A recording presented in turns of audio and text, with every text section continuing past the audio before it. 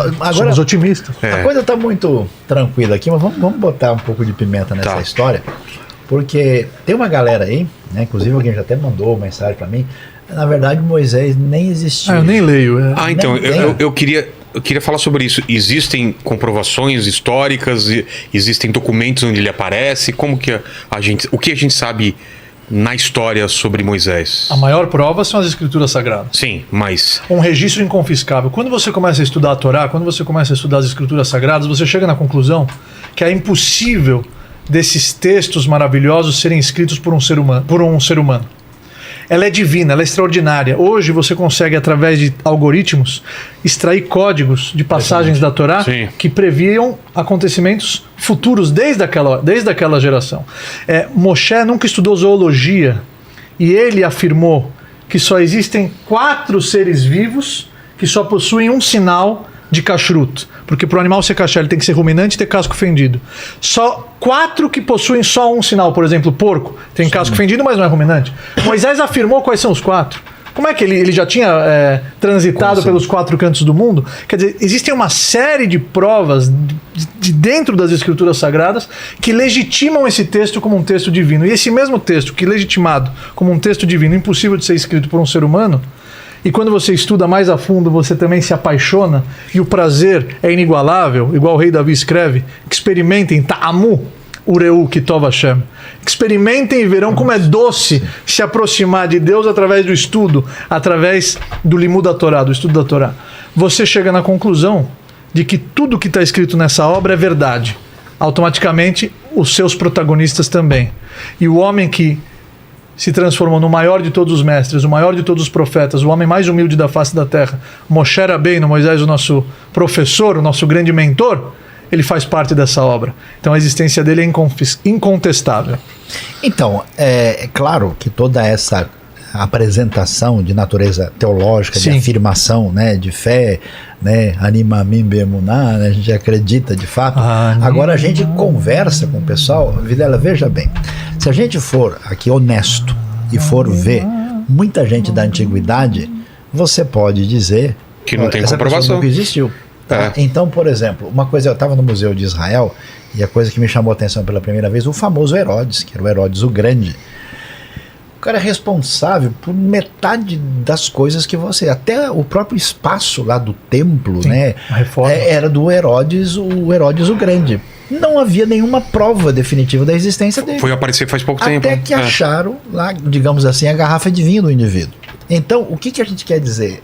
Primeira coisa, nem todo mundo da antiguidade você tem uma prova concreta da existência dessa pessoa, porque, primeiro, pela distância, nós temos 1.000, 2.000, 3.000, no caso de Moisés, mais de 3.000 anos.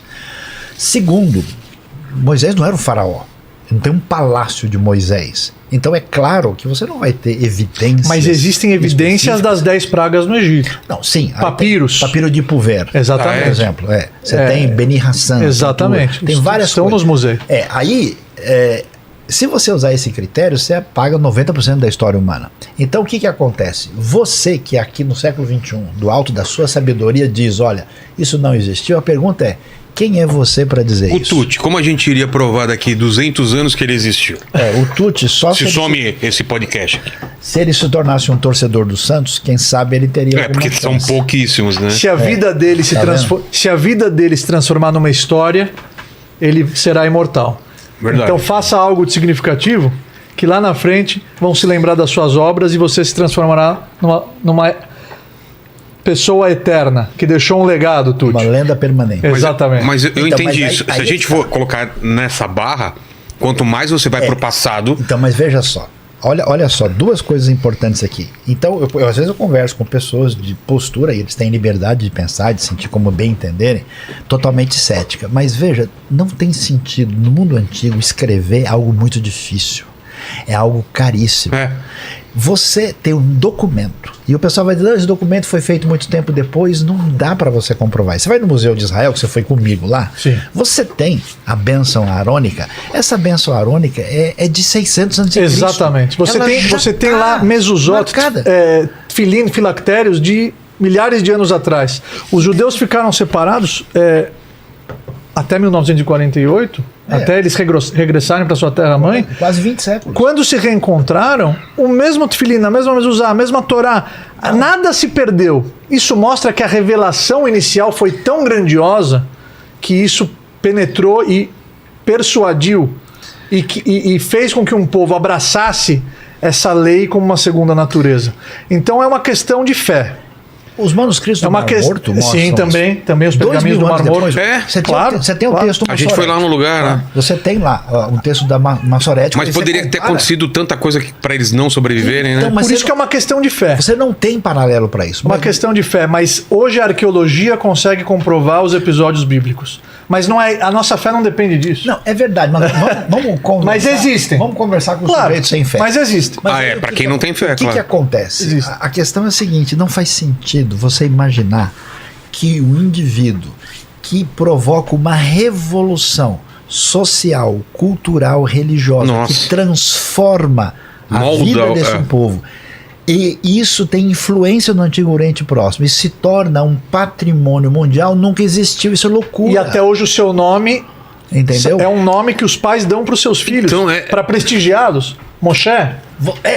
E você pode até dizer, não, olha, esse texto aqui parece que ele não houve passou outro por um processo editorial, houve alguma coisa aqui que mas assim, é muito a essência não tem como você inventar, né? Negar. E tem outro elemento. Como é que você sabe que um documento ele passa por um processo que a gente pode falar de falseabilidade? Como é que você analisa isso? O que é isso? Você olha para o que o texto está dizendo lá. Então, por exemplo, ele menciona uma realidade geográfica que não está presente. Ele menciona um negócio que não tem nada a ver com aquela. Então você olha e fala, puxa, esse documento só pode ter sido inventado lá na frente. É como se eu chegasse e falasse assim, ó, Cabral chegou aqui no Brasil, desceu com todo mundo e foram tomar um café na Avenida Paulista. Exato. Como assim? Não tem Avenida Paulista. Portanto, é errado. Então você tem elementos, né? E a questão, tudo bem, a gente não vai forçar ninguém a dizer nada.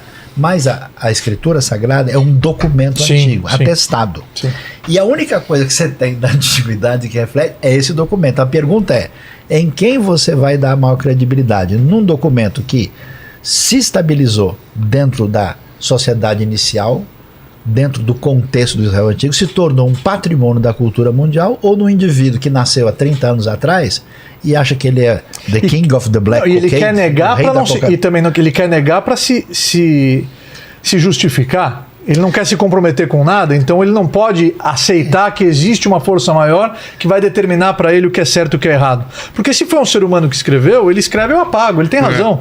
Mas a partir do momento que você começa a se aprofundar e você, com clareza, entende que é uma obra divina extraordinária, eu começo o Seder de Pessach, à noite do jantar de Pessach, da festa de Pessach, assim, estou celebrando o Seder hoje porque o meu pai celebrou. E o meu pai celebrava porque o meu avô celebrou. E o meu avô celebrou o Seder de Pessach porque o meu bisavô celebrou. E quando começaram a celebrar o Seder de Pessach, se não pela liderança de Moisés, quando o povo judeu saiu do Egito, que foi o primeiro Pessach da história da humanidade. Então, o que ele está falando racionalmente é uma argumentação válida. A gente inverte o processo, né? Diz assim pro cara, como é que você prova que não é verdade? Você escolhe dizer que não é. Você pode até dizer, olha, não tem uma prova concreta material. Mas você não pode também falar, beleza, eu tenho certeza que não existiu. Tá cheio de gente na antiga Pérsia, no Egito, na Mesopotâmia.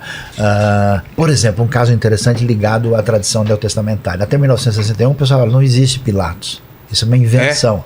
Aí acharam, lá em Cesareia, a placa com o nome dele, e acharam também um anel com o nome dele. Então, muita coisa que está na Torá, no Tanar, esses dias eles acharam, sabe o que? O selo do Ezequias. E a moeda de Aspasianos também foi encontrada. Pois é. Que doideira. Entendeu? Com a palavra Judéia capta. Isso aí da época do Adriano, né? Em 135, no tempo de Bar Korva. Então você vai vendo, né? E você sabe, né? Você sabe que o Museu de Israel tem 500 mil de peças. Só o Museu de Israel. Tem coisa lá, que tá guardada há 10, 20 anos. O pessoal não teve nem tempo de abrir e de mexer. Ali não é cada enxadada uma minhoca, é cada enxadada um achado. Então, assim... Cada pedacinho de terra em Israel é uma história... Tem muita coisa ainda para se achar. São anos de história, exato, milhares de anos de história. E eu quero até botar fogo aqui na coisa, na minha opinião, muita gente de Israel, até pelos aparelhos sofisticados, eles sabem que tem muita coisa e vai esperar um momento certo. Que sabe, mas não pode mexer, né? Porque tem coisa ali, meu amigo, que vai trazer. Mas saiu. A terra de Israel já foi visitada por você, Vilão? Já. Sim, eu que levei o homem. Fui lá com ele e o Rodrigo Silva. E fui depois, um mês depois da guerra que começou com o Hamas, eu fui lá também. Morei lá visitar 12 os anos. locais. 12 anos. E acho que vou voltar esse ano ainda. Palácio do Rei.